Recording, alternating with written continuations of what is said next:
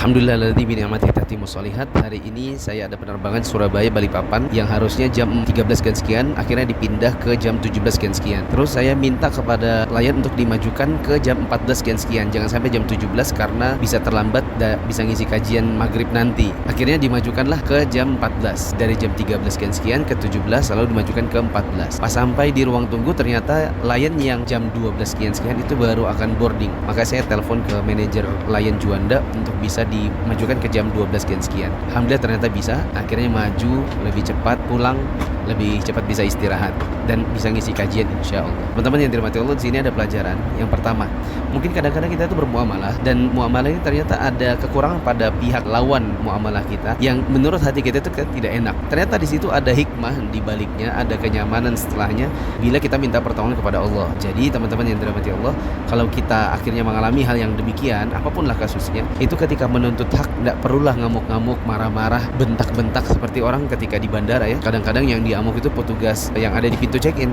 ngamuk-ngamuk luar biasa, padahal sebenarnya ternyata ada kebaikan setelahnya bila kita minta pertolongan kepada Allah. Yang kedua, dalam segala kesulitan hanya minta kepada Allah dan jangan sungkan-sungkan gitu untuk kemudian minta kepada Allah, ya Allah saya maunya gini, saya mau gitu. Allah maha berkuasa atas segala sesuatu.